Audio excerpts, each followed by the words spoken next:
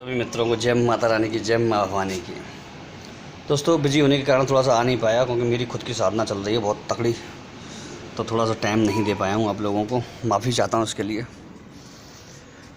क्योंकि जब मैं अपने लिए कुछ करता हूँ ना तो मैं किसी भी चीज़ को उससे आगे नहीं रखता, क्योंकि मैं जब अपने लिए करूँगा तभी आपके लिए कुछ कर पाऊँगा। क्योंकि जब हमें थोड़ा सा पावर होगा तभी हम आपको थोड़ा सा पावर दे पाएंगे। देखिए मित्रों, ऐसा होता है, कुछ विद्वान, कुछ ज्ञानी जनों के मैसेज आए मेरे पास और वो कहते हैं, पूछते हैं कि तंत्र की मूल देवी और तंत्र की मूल साधनाएं क्या होती हैं और तंत्र किस तरह से जागृत अवस्था में रहता है। तो प्रश्न तो बहुत गहरे हैं और उनको पर्सनली बताने के बजाय ये सबको पता होना चाहिए, चलना चाहिए, पता होना चाहिए। क्योंकि 2-3 व्यक्तियों को बताने के बजाय ये चीज़ सब जगह ज्ञाता ज्ञात में होनी चाहिए, ताकि आपको भी मालूम पड़ सके कि क्या चीज़ें कैसे होती हैं। ठीक है ना। तो देखिए, मैं आपको थोड़ा सा तंत्र की तरफ ले करके चलता हूँ। पहले तो कि तंत्र क्या है। ठीक है, तंत्र, मंत्र, यंत्र। मंत्र, यंत्र, तंत्र शास्त्र के ही भाग हैं, जी आपको पहले मैं बता चुका हूँ। ठीक है ना। और एक चीज़ और है, जो मित्रों, जो तंत्र है ना, तंत्र मूल रूप से जिसका जुड़ाव, इसका टच कहा जाता है, शैव आगम तंत्र है ना, शैव आगम तंत्र, उससे कहा जाता है। और शैव आगम शास्त्र हैं जो शिव जी द्वारा शिव पार्वती संवाद है जिसमें चलता रहता है, वो तंत्र शास्त्र से जुड़ा हुआ है। और कई जगह इसका जो जानकारी या मूल है अथर्ववेद में भी है। और तंत्र शास्त्र, मैंने पहले भी आपको बताया है कि तंत्र शास्त्र तीन उसमें डिवाइड किया गया, 3 सेक्शन में। ठीक है, 3 भागों में ये विभक्त है, 3 क्षेत्रों में डिवाइड है: आगम तंत्र, यामल तंत्र और मुख्य तंत्र। आगम में शैवागम, रुद्रागम और भैरवागमन प्रमुख हैं। ठीक है ना। और तंत्रों में बाराही तंत्र भी है, जिसमें कई प्रकार की पूजा हैं, सृष्टि के देवताओं की पूजा है। आप जो कर्म करते हैं वो कैसे साधे जाते हैं, मंत्रों के पुरस्चरण क्या हैं, षटकर्म के साधन क्या हैं, षटकर्म की प्रतिक्रियाएँ क्या होती हैं, ध्यान योग क्या है, उसे आगम कहते हैं। तो बहुत तरह की जानकारियाँ होती हैं। और जो मुख्य रूप से जानकारी में आते हैं, जो छोटे बड़े सब मिलाकर के तंत्र आते हैं, जो समझ लीजिए 251 के आसपास हैं। और किताबी जो हिसाब से देखा जाता है तो 190 के आसपास होते हैं, लेकिन जो जानकारी में, जो प्राचीन उसमें जानकारी आती है, जो 251 के आसपास हैं। और कई तरह के तंत्र हैं। तंत्रों में के अंतर्गत कई तरह की रहस्य विद्याएँ भी आती हैं, जिन विद्याओं में तरह तरह के प्रयोग होते हैं, प्रतिक्रियाएँ होती हैं, उसको करने के तरीके होते हैं, उसकी रचना किस तरह हुई और किस तरह से उसको संपन्न किया जाता है।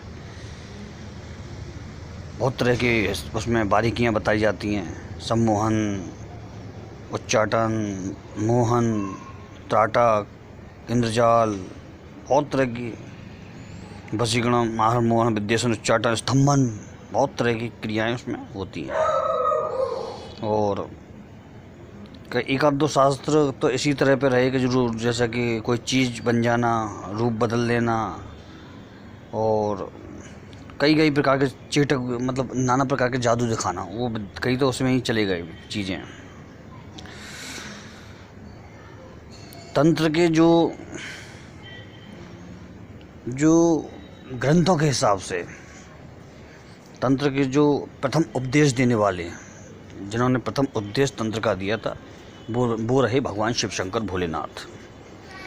और तंत्र के द्वितीय उपदेशक रहे थे भगवान दत्तात्रेय, जो ब्रह्मा विष्णु महेश के प्रतिरूप मूर्ति हैं, समझ लीजिए। उनकी तीनों की ताकत उनके अंदर, दत्तात्रेय के अंदर।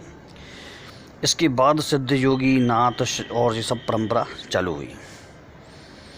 तो तंत्र शास्त्र में जो इसके निर्माणकर्ता कह लीजिए, प्रणेता कह लीजिए, उसकी उत्पत्ति करने वाले कह लीजिए, शिव जी रहे और दत्तात्रेय। और इसके अलावा धीरे धीरे सब इसमें जुड़ते चले गए। इसमें ऋषियों का आगमन हुआ, फिर ऋषि जुड़ते गए। आपने सुना होगा महर्षि वशिष्ठ और जाने कितने ऋषि, उत्कर्ष, पिप्लाद और जाने कितने ऋषि हो गए थे।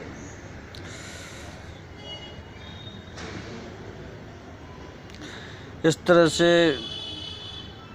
बढ़ते चले गए। तंत्र को एक जीवन साधन का या तरीका समझ लीजिए आप, या यूँ समझ लीजिए आप कि उसको अपने जीवन में उन्नति का एक जरिया बनाया गया, माना गया। तब इसकी शक्तियों का जब लोगों को पता चला, जब इसकी शक्तियों के बारे में लोगों को पता चला, तो उनको ये लगा कि भाई कि ऐसा मैटर है, ये तो बहुत तगड़ी चीज़ें हैं, इसको तो और भी यूज कर सकते हैं। फिर तंत्र शास्त्र में कई ऐसे प्रकार भी आए जो खतरनाक रूप से आए, जैसे कि यंत्रों से किसी का कुछ भी बिगाड़ देना,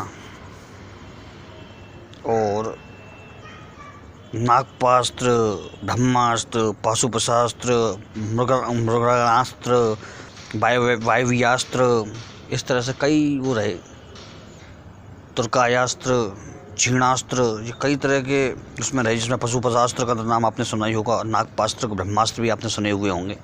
इस तरह से नीलांजनास्त्र, देवी अस्त्र, देवी ब्रह्मपाश और इंद्र ब्रह्मपाश, इंद्रपाश, बहुत तरह के ऐसे शस्त्र तंत्र में बने, जिनके मतलब समझ लीजिए जो आजकल के परमाणु बम है, ऐसी शक्तियाँ उनमें रही।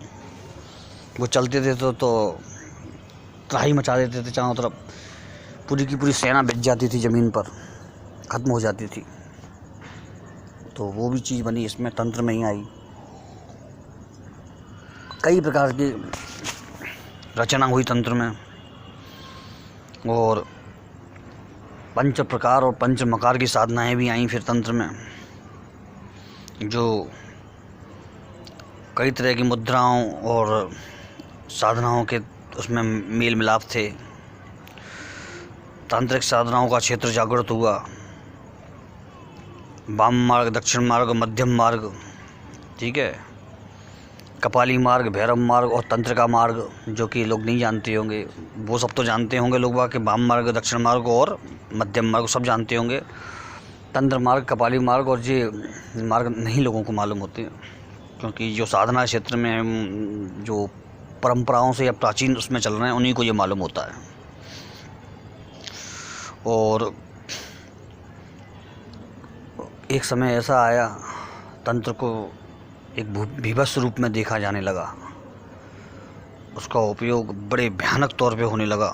मारण, मोहन, स्तंभन, विद्वेषण, उच्चाटन, वशीकरण, आकर्षण, कृत्या छोड़ देना और घात छोड़ देना, चौकी, मृत्यु हांडी, मृत्यु कृत्या, उच्चाटन कृत्या। तो ये बहुत खतरनाक प्रयोग हुआ करते थे, और ये तत्काल रूप से जाती थी, तत्काल रूप से काम करके वापस आती थी। इनकी बचाव के रूप में भी काफ़ी चीज़ें आई फिर, जैसे इनको रोकने के लिए, पलटने के लिए, जैसे बगलामुखी की सारी शक्तियाँ, माता धूमावती की शक्तियाँ, ये विशेष रूप से रही। और महाकाली के उग्र तांत्रिक प्रयोग, ये पलट देते थे उन चीज़ों को वापस डबल ताकत करके। तो ये प्रयोग बचाव में आए फिर निकल के। तो इस तरह से मित्रों ये तंत्र शास्त्र की परंपरा चली, और वैदिक मंत्र, तांत्रिक मंत्र, सावर मंत्र इस तरह से चले। परंपराओं के हिसाब से। और एक चीज़ और कि जो मूल तंत्र की जो मूल देवी रही उसके बारे में बहुत ही प्रचंड विद्वानों को ही मालूम रहा, क्योंकि सब धीरे धीरे उस चीज़ को विलुप्त करते गए। तंत्र की 10 महाविद्याएँ प्रचलन में रहीं, क्योंकि वो लोगों की ज़ुबान पे चढ़ चुकी थी, गुरुओं की मतलब दिमाग में बैठ चुकी थी वो। लेकिन जो मूल विद्या तत्व था योग माया, वो विलुप्त, उसके प्रयोग विलुप्त हो गए। जो बहुत प्राचीन हज़ारों सैकड़ों साल की परंपराओं से जुड़े रहे उन्हीं को मालूम रहे वो प्रयोग। नए परंपराओं से 100-500 साल पुराने परंपराओं में वो नहीं रहे प्रयोग, और रहे भी तो गुरु नहीं बता पाए तो वो प्रयोग प्रचलन में नहीं रहे। किताबों से भी वो धीरे धीरे गायब होते चले गए, क्योंकि उसके बारे में जानकारी नहीं थी। जैसे कि काक विद्या है, बहुत विद्याएँ हैं, काक विद्या, बहुत विद्या, डामर तंत्र, भूत डामर तंत्र, और इस तरह की कई विद्याएँ थी। काक तंत्र जो धीरे धीरे आधे अधूरे रह गए, लोग इनको समझ नहीं पाए क्या चीज़ है। उसमें नाना प्रकार की चीज़ें जोड़ दी गई अलग से, एक्स्ट्रा, जो नहीं होती हैं वास्तव में। तंत्र के ग्रंथ अधूरे रहे, और मंत्र को ऋषि मुनियों ने अपने जो उनके प्रभाव थे, उनके तेज था, तब था, उससे इनको बिल्कुल निर्जीव कर दिया। मंत्रों ने काम करना बंद कर दिया, ताकि हर व्यक्ति इसका दुरुपयोग न कर पाए। धीरे धीरे जो सारे मंत्र किताबों में छपते चले गए वो निर्जीव थे, उसके प्राणों को मतलब आकार देने से रोक दिया गया, उनके सिरों भाग को गायब कर दिया गया।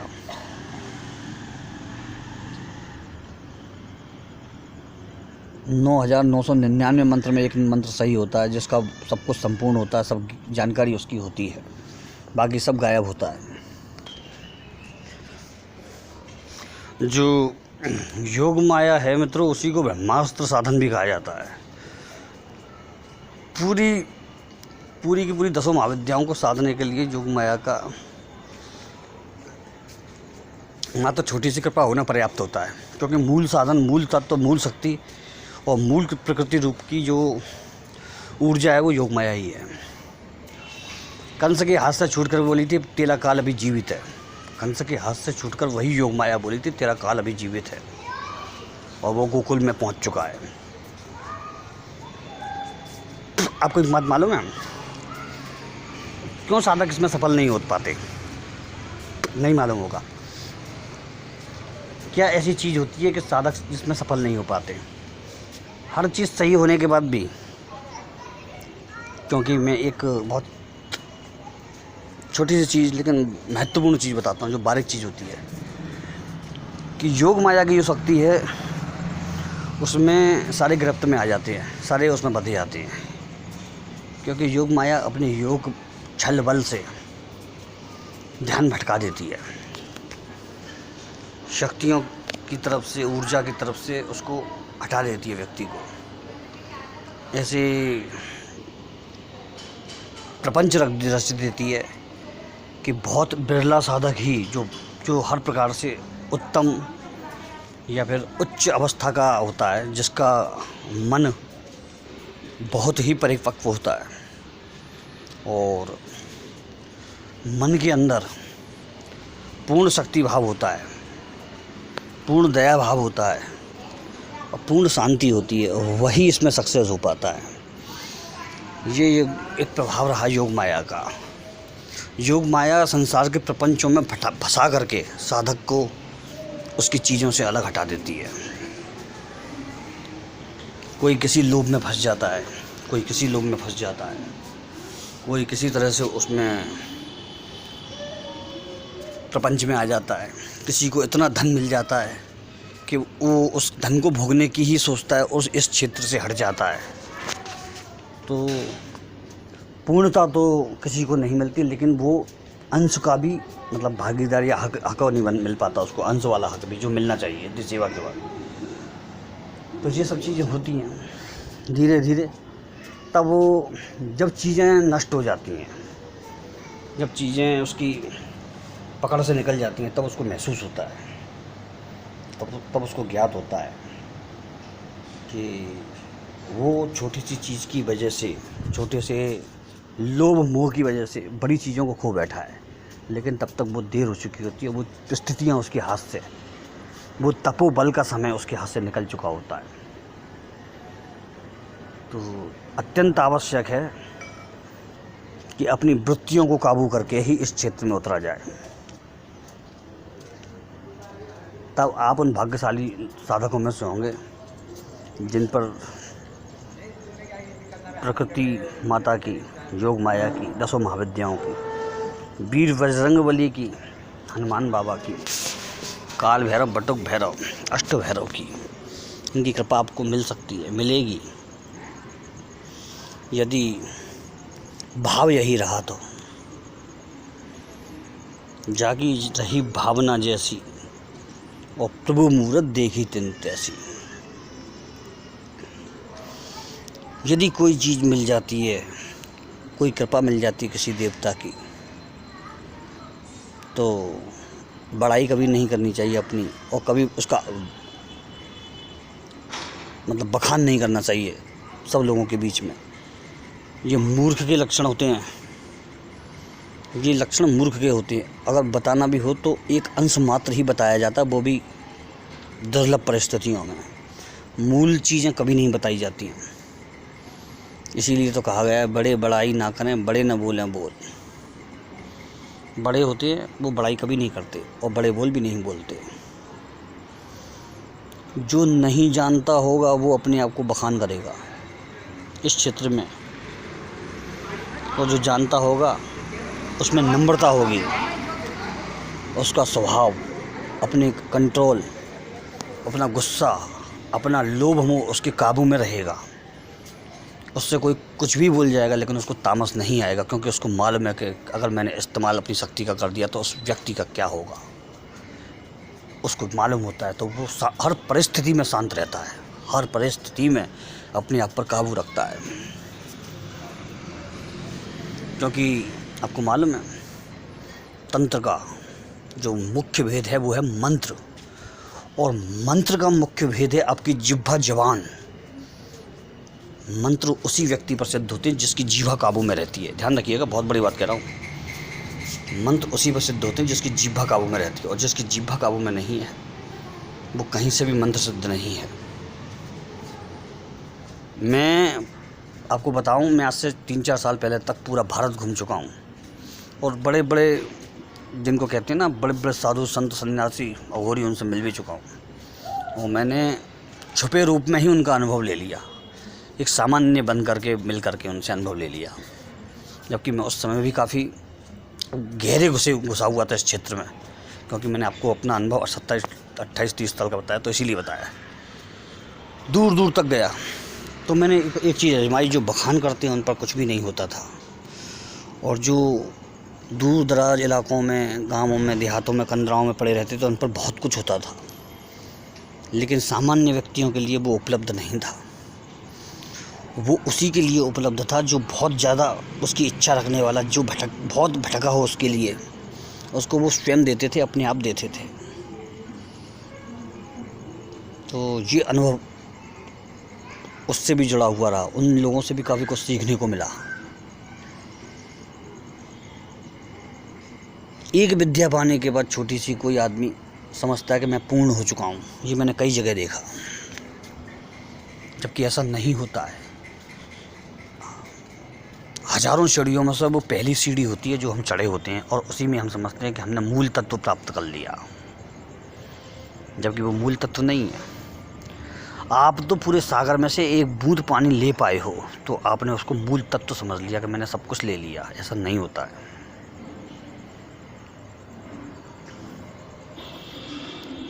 ये समझ लीजिए कि हमने चलनी ले करके, चलनी को तालाब या नदी में डाल करके उसको छान करके ऊपर लिया है, तो उसमें कुछ भी नहीं आएगा, केवल वो थोड़ा सा पानी उसमें लगा हुआ आएगा चलनी में, वही हमको मिलता है।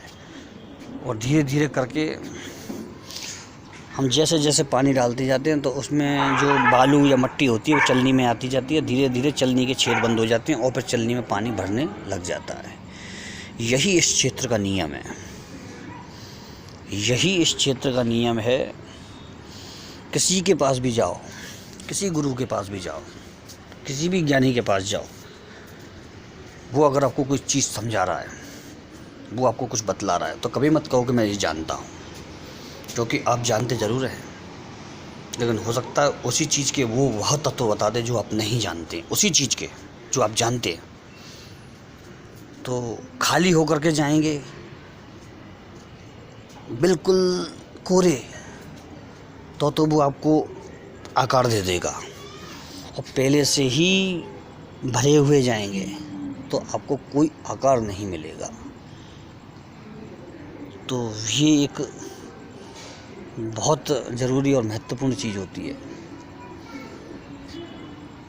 कि यदि आप किसी के पास जाते हैं तो बिल्कुल एक कोरा कागज़ बन के जाइए, ताकि वो आपके ऊपर कुछ छाप सके, लिख सके, बता सके कि आपके साथ ये है और ये करेंगे आप, और ये करना चाहिए।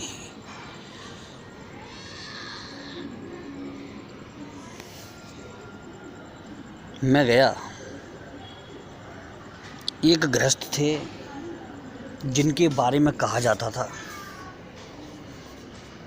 कि वो